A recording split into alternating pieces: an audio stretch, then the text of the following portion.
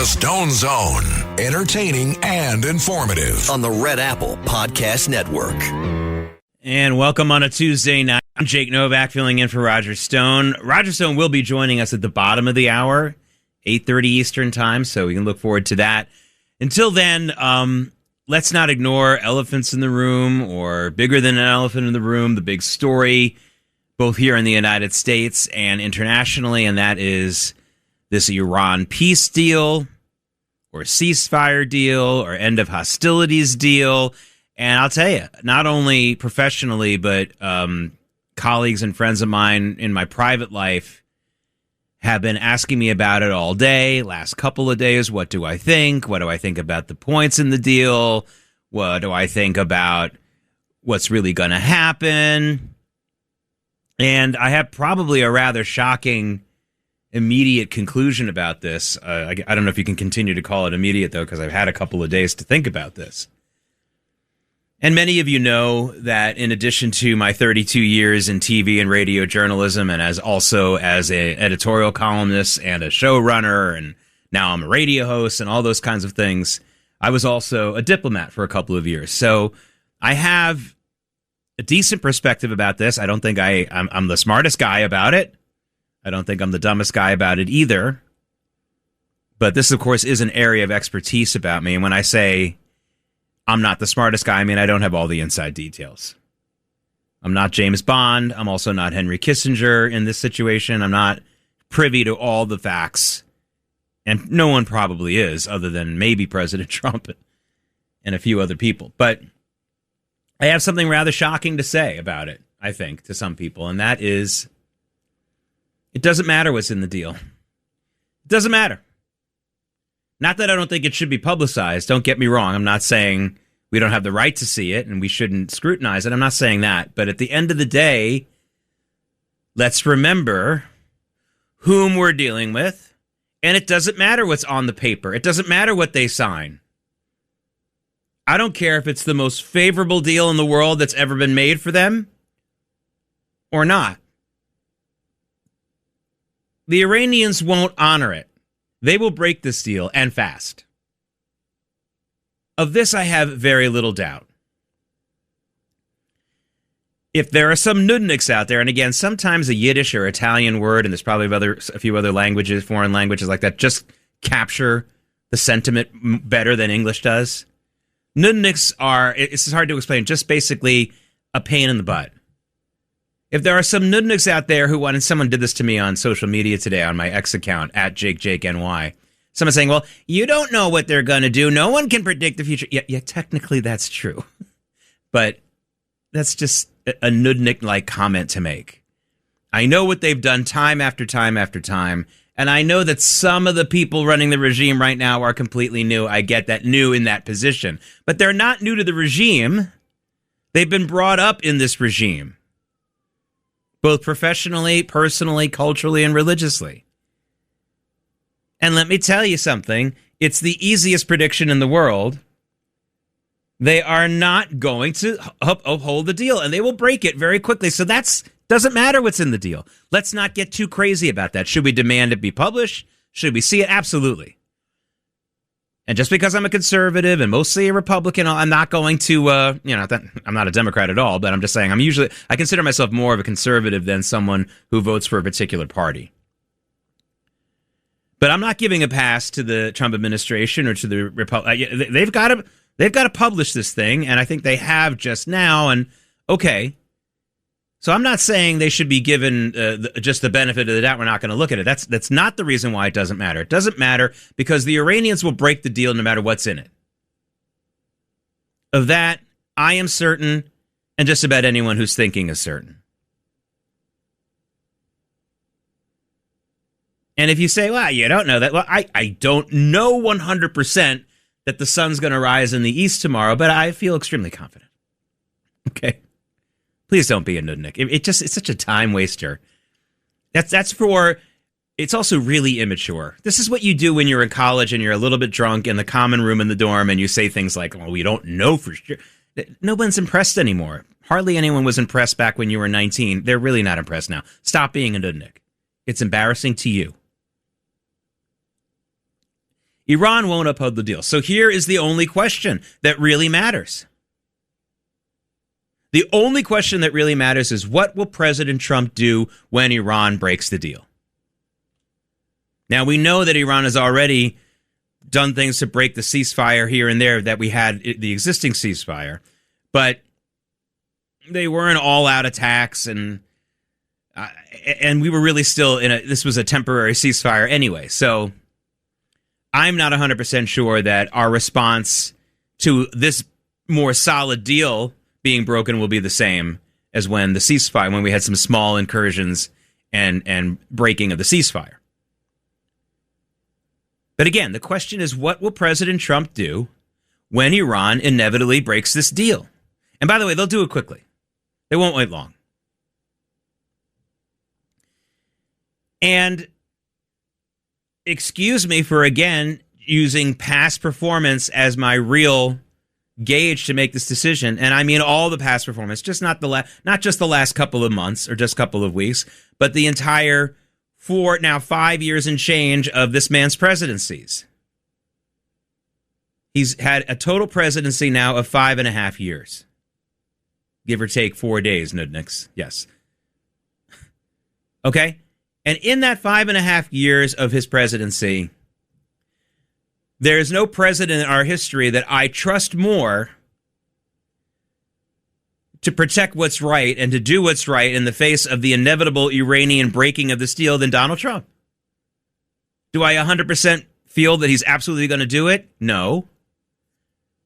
But compared to any other president in history, I trust him more to come down hard on the Iranians, even than someone like President Reagan, who famously, in one of the few mistakes of his presidency, cut and run after Hezbollah blew up that Marine barracks and the embassy in Beirut in 1983. He cut and ran. He did. Don't know if it was the worst decision in the world, but it wasn't a good one, because it wasn't followed up with other strong things that he could have done. He would be someone I would also trust to do something about it, but Trump I trust more. Does that mean, again, do I 100% think so? No. I do think that he's become weary of this whole situation, but I don't think he has lost his resolve as a person. That's just not in his DNA. You don't understand President Trump if you think that he's gotten tired of fighting about something. He's not like that. You know, there was a word that came into my mind when President Trump first ran for president, especially during the debates with Hillary Clinton, that I hadn't thought about in a long time, and that is the word pugnacious, which means he just never stopped fighting. That's where the word pugging comes from. You know, they used to call, in the 1920s, they called boxers a pugger. You know, he's a pugger. He's a fighter. Pugnacious. The idea that he's gotten tired of something and he's just going to quit on something, that's not in his nature. I just don't think so. Am I the psychiatrist of Donald Trump? No, I'm not. I don't know for sure, and I'm not diagnosing him because I'm not qualified. I'm not a psychiatrist, and even if I were, he's not my patient. But I'm looking at his overall record, and even though I'm not so sure he will come down hard on the Iranians when they break the deal, there's no other president in the history of my lifetime that comes close to me thinking that the hammer would come down harder. Remember, this is a guy, nobody forced him to do Operation Midnight Hammer. Iran absolutely has been at war with us for 50 years, but this president didn't have to do the all-out attack on Iran that he did back when it started in February. He's already gone further to protect what's right in the Middle East than any other president has. He's already risked more than any other president. And to completely doubt him now, it's one thing to have a few doubts. Have 25% doubt overall. Have 30%. That's fine, because that's just the way of things. But to doubt him completely now and to come out and say, oh, he's going to absolutely do nothing, I know for sure, it is just not fair. No one has gone the distance more than this guy on that particular topic. And so I'm willing to wait this out. But while I wait it out, I'm still going to criticize this deal. I don't like it. But again, it doesn't matter what's in the deal because they're going to break it. So what I'm criticizing isn't necessarily the parameters of the deal or the stipulations of the deal. What I'm criticizing is the idea that we're going to have a deal at all. and to believe that it's actually going to be implemented and Iran will hold it up. That's what I'm saying. And I think that's what, from what we understand, John Ratcliffe, the CIA director, and Marco Rubio, the Secretary of State, have been saying as well. So count me in on their camp, but also count me in on someone who believes in Donald Trump on this particular issue more than I don't believe in him.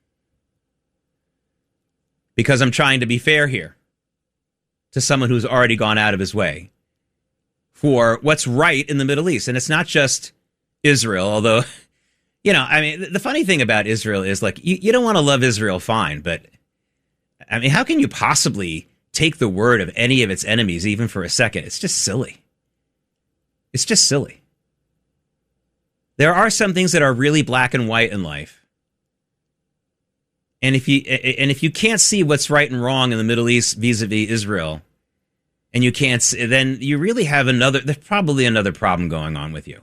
Again, I'm not your psychiatrist, so I'm not going to say exactly what your problem is because I don't know, but you have a problem. So if it seems like President Trump is so favorable to Israel and is coming down to favorably with them so much, and suddenly he's being a little critical, you know, I feel sorry for you. You can't see that Israel is a force for good in the Middle East and the world. You can't see that? Geez, I really feel sorry for you. I hope you're not a parent, because I don't think you are qualified to be a parent or someone who can really judge people. Oh, you're not a judge in a court of law either, because I don't think you have the capabilities to see right versus wrong. I really don't. Doesn't mean they're saints. Doesn't mean they're always right. But I mean, geez, look at their neighborhood. For crying out loud. Get a grip. And I think President Trump has a grip, which is why it seems like he's so favorable to Israel. So, oh, he moved the embassy, gave him the Golan Heights. Yeah, because that's normal stuff. Duh. Israel's capital has been Jerusalem for thousands of years. Our embassy should be there. How it doesn't get much easier than that. It's called low-hanging fruit. Israel has been a decent, more than decent, an incredible steward of the Golan Heights since it took control over them in 1967. It's an incredibly fertile, abundant, beautiful part of the country. It's like Colorado, but smaller and easier to get around, and with the real and with less Democrats.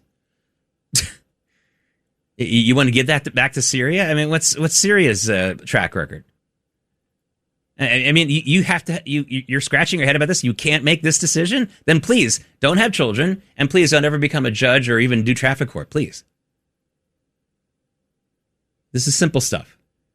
And President Trump has come down on the right side so many times on this that, yeah, I'm going to give him some slack on this. Doesn't mean I'm going to say I like this deal. I don't have to say that. But I'm going to tell you that I don't think it matters what's in the deal. Let's see what President Trump does when Iran breaks the deal, because that's going to happen. All right, when we come back, I'm Jake Novak filling in for Roger Stone of the Stone Zone. I want to talk about the other top story of the day, which is a huge terrorist plot that's been uncovered.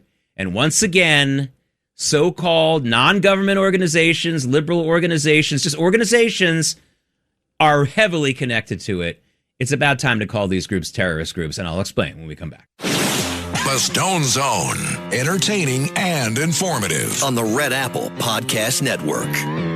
The Stone Zone, entertaining and informative. On the Red Apple Podcast Network.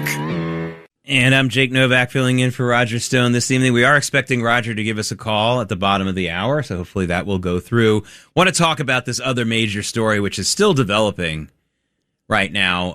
As you know, probably should know, the FBI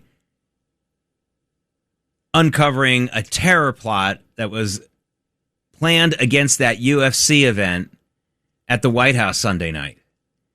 And the affidavit was unsealed this afternoon, in the early afternoon, and we found out a little bit more about the attack. Now, we know that they plan to use drones, and it sounds like the main crux of the attack was they were hoping to use drones to attack and explode cause explosions in buildings surrounding the White House and create a mass panic event where people would basically stampede each other, and that can be pretty horrific for those of you who know those kinds of incidents.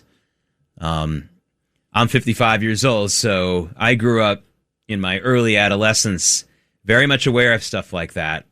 There was an incident in Cincinnati in 1979 at a Who concert where it was first come, first serve for the seats. In other words, there were no assigned seats, and they just opened the doors and people rushed to get to the front, and several people died. So trampling is no small thing. But here's the thing. Here's what we found out in this unsealed affidavit this morning. That at least the attackers who have been arrested and indicted, 5 of them so far, were hoping to attack members of Congress and politicians who they felt were too pro-Israel. And had they find out the names of certain people from Congress, including one that they targeted, Senator Marsha Blackburn, because there's a website and there's an organization called Track AIPAC, where you can go and find out the names of politicians who have either been hosted in fundraisers by AIPAC or been given a donor money from them. So these organizations, once again, just like the Southern Poverty Law Center has done for years, listing and demonizing certain people and basically giving domestic terrorists or foreign terrorists all the target information they need. And, you know, this stuff is just so incredibly hypocritical, and politics by definition is hypocrisy. So I'm not excited about the fact that I've discovered a hypocrisy, big deal. But I just want to make sure that it's understood that for years and years and years, Democrats and the left have made a huge deal about the Gabby Gifford shooting. You remember that? And how it turned out in some obscure publication. I don't even think it was online at the time. It was just like a paper publication. Some organization looking to flip Democrat seats and get them to go Republican put crosshairs on the map of Gabby Gifford's district. Not on her, but on the map of her district. And they said this was their fault. Turned out that the shooter had no idea what party she was in or basically what planet he was on. It was not a political attack. It was just a crazed attack. But this is political. And terrorists are getting target lists from these NGO organizations. We'll be right back. The Stone Zone.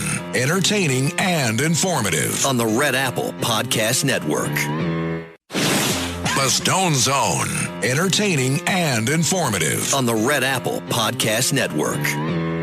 And I'm Jake Novak in the Stone Zone this evening, and joining us right now is Roger Stone. And Roger, I don't know if you heard me in the top of the program, but the point I made about the Iran deal is, you know, the details of the deal, in my opinion, don't matter because Iran's going to break them. And so the question is there a president you trust more than Donald Trump to come down on the Iranians when they do that? And my answer is no. In my lifetime, there's never been a president I would trust more to do the right thing when I expect the Iranians to do the wrong thing. What's your take? I agree with that, Jake. First of all, let me congratulate you for being on the hottest political radio show in the country today, the Stone Zone. And I wish I could be with you, but with the president off for the G7 summit with the rest of those globalist leaders, a number of the president's political advisors are huddled here, beginning the preliminary planning for this November's elections. Now, there's a lot of panicins out there, a lot of people ready to throw in the towel. I think they're missing a great deal, but one of the most important things they're missing is the fact that Trump has, again, in my view, proved that peace through strength as a foreign policy is what works, not endless foreign war controlled by the neocons in Washington. So the president announced at the actual summit today, Jake, that Strait of Hormuz is already partially reopened. Mines are being cleared. The commercial shipping waterways are moving again. It's interesting because immediately, exactly as John Catsimatidis predicted on these airwaves, oil prices fell almost immediately, while, as he also predicted, the stock market has surged, precisely what he said would happen when this conflict came to an end. Once again, I think it's clear evidence that investors see stability, they see lower risk again, and they're more confident under the leadership of Donald Trump. I also think that Vice President Vance really doesn't get the credit here that he deserves, because he's actually the guy who went, and it's a very difficult thing, but hammered out a deal with the mullahs. Now, will they keep the deal? They have a history of lying. There's no question about that. But there will be hell to pay if that is the case. I mean, both in Midnight Hammer and in Epic Fury, President demonstrated that he's not afraid to use the stick as well as the carrot. And the pressures here regarding the midterm elections, I think, do come into play. If the Democrats take the House, we'll have more endless, baseless, phony investigations, more lawfare, more oppression of, like common citizens who go to a school board meeting to question the curriculum being shown to their teachers, or people who are pro-life having the audacity, the outrage to pray outside an abortion clinic. Those are the people they'll be investigating. So we can't have a return to that. I understand why the president is doing what he's doing. Yeah, it's a good segue to a story that we just got in the last 24 hours about how the Merrick Garland DOJ, over the objections of the FBI, as bad as the FBI's leadership was under Biden, even they were upset about the Merrick Garland DOJ investigating people going to school board meetings. And they said this would be too much of a blowback. The National Sheriff's Organization also pushed back. We're talking about track records here, Roger, and you have President Trump's track record. You mentioned Midnight Hammer, Epic Fury, all the other things he's done to be on the right side of the ledger in the Middle East. And now everyone is going to say, we don't trust him? You're not going to give this guy any latitude, any slack? I'm sorry. I'm inclined to give him that. And the alternative is what? The people who are going to investigate mom and pop for not wanting boys in the girls' locker room and saying so at the board meeting? Really, this is, if you can't tell the difference between right and wrong here, I hope that you don't have kids, or I hope you're not driving, and I hope you're not allowed near sharp objects. Yeah, no, the same people who gave Barack Obama a blank check when it came to giveaways to terrorists, now they're hyper-criticizing Donald Trump. So Trump really can't win. In other words, when he took decisive action because the intelligence told him that they were much closer to having a nuclear weapon than perhaps we had thought, they criticized him for doing that. Now when he moves to end the conflict, now they criticize him for ending the conflict. So if Trump says up, they say down. If Trump says red, they say blue. If Trump says black, they say white. In other words, these people have what is known as Trump derangement syndrome. It's actually a mental illness in which you take the opposite of whatever position Donald Trump takes. So, for example, Donald Trump is the first president in modern history to give us criminal justice reform. I was for the war on drugs when Richard Nixon launched it, but it was aimed at drug traffickers, drug kingpins, the people who were and hard drugs, time drug criminals, heroin, not vaping. But more importantly, the entire war on drugs was not focused on the end user. So now you had a situation after the 1994 crime bill. Let's say you have a working mother of three. She's a single mom. She gets caught with a small amount of marijuana in her purse for her personal use. Now, I would still urge her to go to drug counseling, but I wouldn't give her 15 years hard time under mandatory penalties that were written by Joe Biden and signed into law by Barack Obama, by Bill Clinton. But if you go and look at it, when Trump puts forward all of these reforms in criminal justice to bring greater equality to the system and more fairness to the system, all the members of the Black Congressional Caucus, they all vote no. They're opposed. Why? They're opposed simply because Donald Trump is for it. That's why. I think, and I wonder if you agree, I think that that's indicative of where we are as a country and how much more bitterly divided we are. Because when Richard Nixon implemented a lot of the policies that the left wanted, whether it was ending the Vietnam War, ending the draft, installing the EPA, these drug policies that you talked about, I don't think he got all these people to say, I now personally love Richard Nixon, but he absolutely deflated the hatred. He took the air out of their tires, which was a big reason why the 72 presidential election was such a rout, because they just didn't, he took away a lot of their talking points. Now, it's different. Now I don't think that they even care about the talking points, let alone say they like Donald Trump.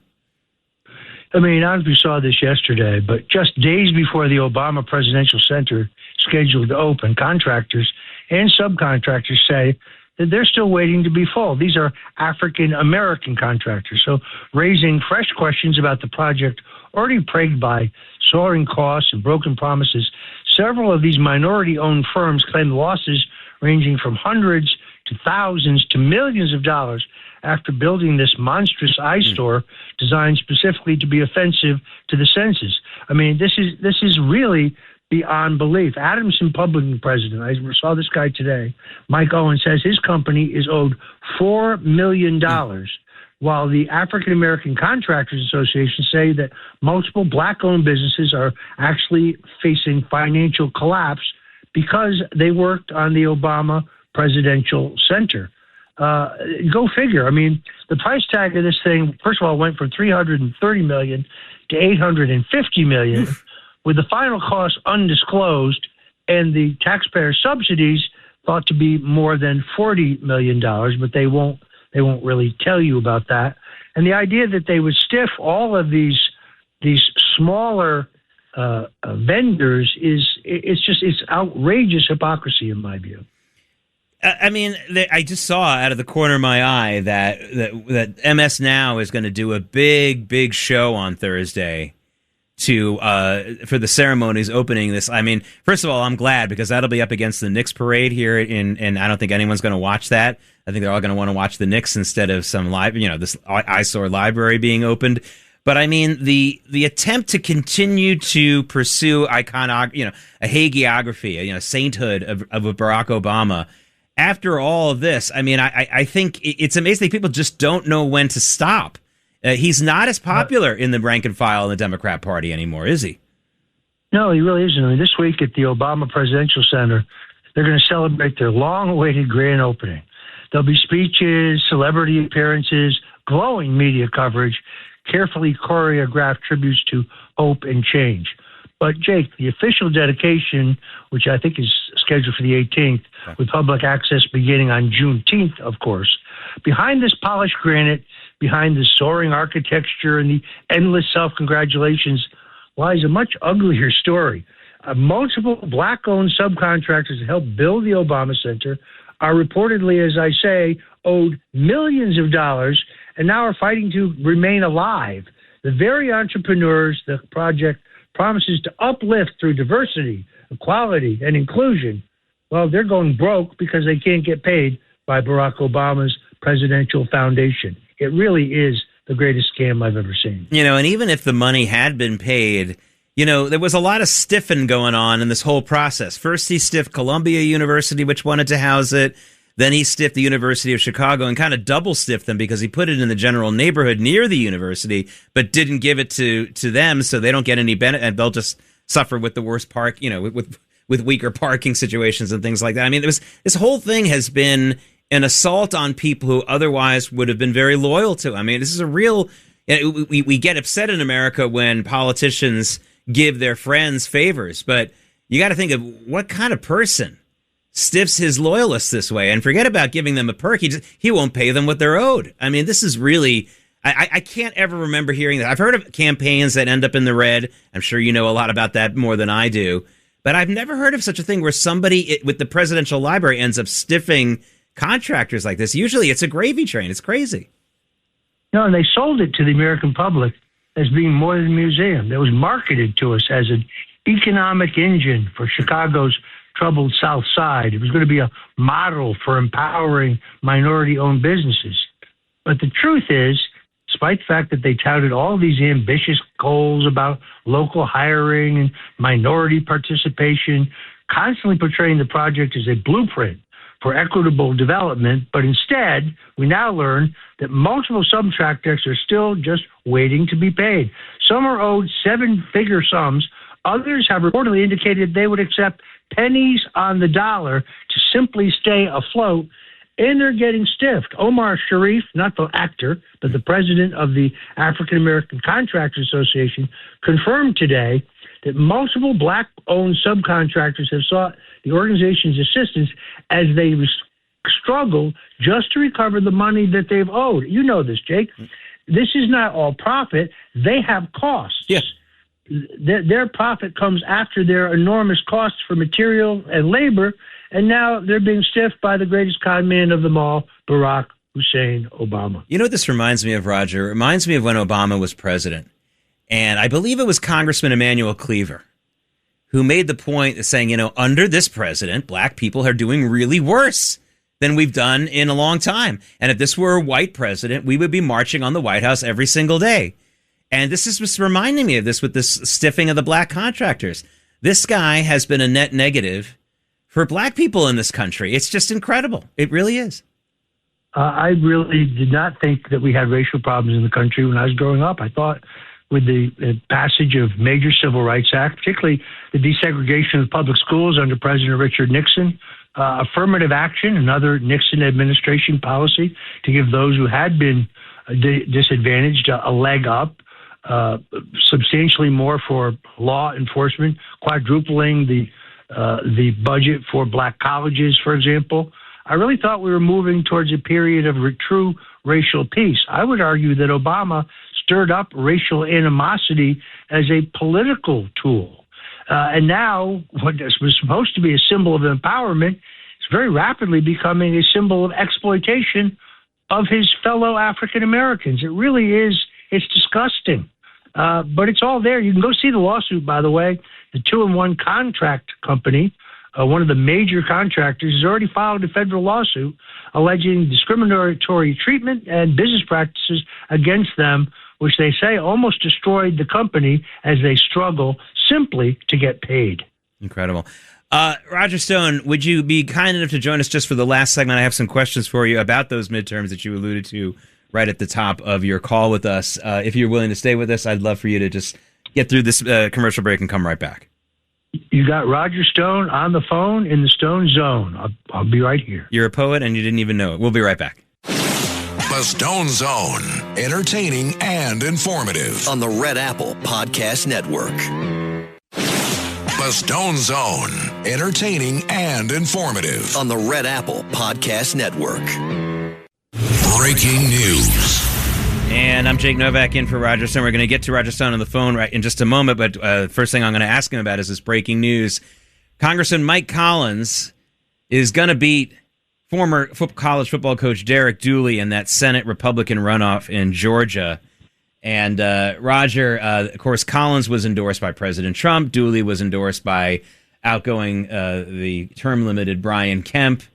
And people forget, this is a very flippable seat for the Republicans in the Senate. John Ossoff narrowly won that as a Democrat, and Collins seems to be the stronger candidate for sure. I totally agree with that analysis. The question, of course, is because it's Georgia, is, well, will we get an honest count? Now, before you just call me an election denier, let me point out that officials from the Fulton County Board of Elections testified under oath to the state Senate that there were 38,000 votes counted in the 2020 presidential election that had no signatures and no matching serial numbers on them. So this isn't a fantasy or a conspiracy. You have overwhelming evidence right there in a state that Joe Biden theoretically only won by 8,000, that the state has been plagued by chronic voter fraud.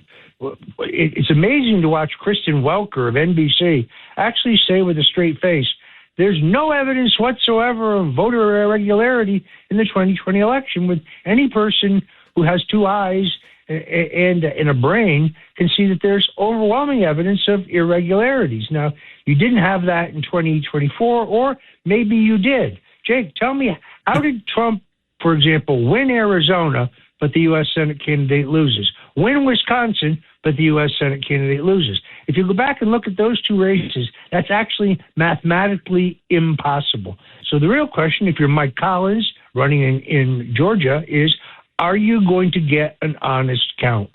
We have to, this is why they're right, we have to pass the SAVE Act.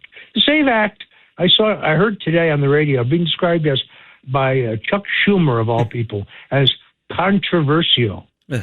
Why would it be controversial to require that voters be a United States citizen and that they have a photo ID? That does not seem controversial or unreasonable to me. What say you? And 80% of the American people agree with you. It's so the things that it would be so much better if they would stop with the whole 2 + 2 = 5 act. You know, Kristen Welker. You know, it would be better if she said, well, there's only some problems here, but to say no evidence and they keep it makes it worse. But, you know, the question I have is, without significant mail-in ballots, can the Democrats win in Georgia? And I don't think so. So, I mean, cutting down on the sheer number of mail-in ballots, which you're able to do without a COVID lockdown excuse like they had in 2020, seems to bode well for Mike Collins, in my opinion. Yeah, no, I agree with your analysis. Other big news tonight, of course, is in the Oklahoma gubernatorial primary, where the sitting attorney general, whose name is Drummond, this guy got caught donating to not only to Joe Biden, but he also gave money to the viciously anti-Trump Lincoln Project. Now suddenly he decides that he's a Trump Republican. Looks like he's going to come in second in that contest. Now it will go to a runoff between he and Mike Mazzei, who is a state senator, former state senator, started the race at 2%, overcame 4 other candidates to come in either first or second. They're still counting, but that state definitely running for a runoff. What's the significance? Very simple. Mazzei was endorsed by Donald Trump. Trump is the king of this party. That hasn't changed. This is no longer the party of Wall Street or the wealthy or the country club or the Bushes. This is the working class family traditions party of Donald J. Trump. And he's still dominant in the party. As you said, his candidate he supported won in Georgia over the candidate endorsed by the governor there. You know, it's just one of those things. It's incredible how much the Great Pumpkin, if you know your Charlie Brown animated cartoons, this Great Pumpkin that the Democrats and the left keep believing in, that there's some kind of great revolt against Donald Trump coming any day now. So don't go trick-or-treating because this is going to come in the Republican Party, and it never comes. So make sure you get your candy because there is no great revolt against Donald Trump ever coming in this party. Get over it. Roger Stone, thank you so much for joining me, and thank you so much for letting me sit in for you on the Stone Zone. Many thanks, Jake.